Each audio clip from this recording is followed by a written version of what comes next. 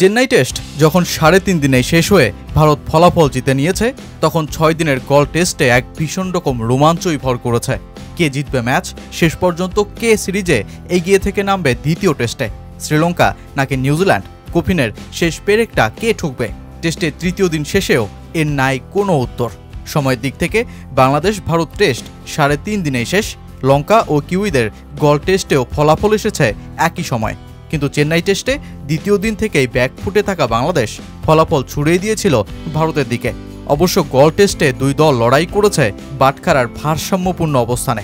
যদিও শেষে শ্রীলঙ্কায় যে রোমাঞ্চকর জয়ের সাক্ষী হয়, কিন্তু টেস্ট ক্রিকেটের ঝাঁজ উত্তেজনার কমতি ছিল কোথায়?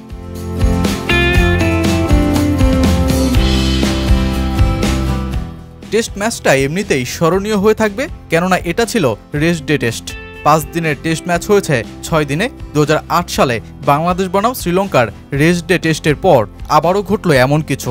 এই দুই টেস্টেই খেলা একদিন বন্ধ ছিল, কারণটা দুই দেশের নির্বাচন।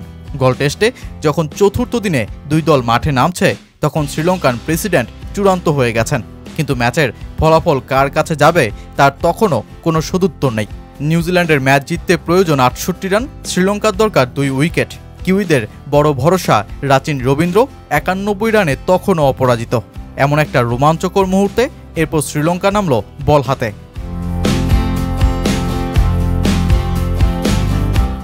কিন্তু এরপরের গল্পটা শুধুই লঙ্কানদের। দিনের প্রথম 22 বলের মধ্যেই কিউইদের 2 উইকেট তুলে নেন প্রবোধ জয়াসুরিয়া। 2 ম্যাচ সিরিজের প্রথমটা লঙ্কানদেরই জয় 63 রানে। তীরে এসে তরি ডুবেছে কিউইদের। 2019 সালের পর এই প্রথম শ্রীলঙ্কার কাছে উইলিয়ামসনদের টেস্টে পরাজয়।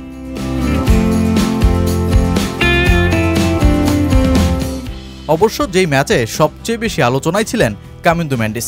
প্রায় 26 বছর বয়সী এই অলরাউন্ডার টেস্ট ক্রিকেটে অভিষেকের পরেই যা করেছেন তা তো চমকে দেওয়ার মতোই। অস্ট্রেলিয়ার বিপক্ষে 2022 সালে টেস্ট অভিষেকেই অর্ধশতক হাঁকান। এরপর বাংলাদেশের বিপক্ষে পরের ম্যাচেই পেয়ে যান তার টেস্ট ক্যারিয়ারের প্রথম সেঞ্চুরি।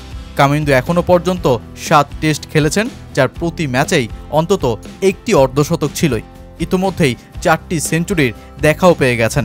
মজার ব্যাপার হলো, টেস্ট ক্রিকেটে এখনও পর্যন্ত যিনি সবচেয়ে বেশি করে ব্যাট চালিয়েছেন, সেই স্যার ডন ব্র্যাডম্যানের পরেই কিনা অবস্থান এই লঙ্কান অলরাউন্ডারের। 7 টেস্টে তার ব্যাটিং গড় 74। ভারতের জয় সোয়ালও কামিন্দুর পেছনে।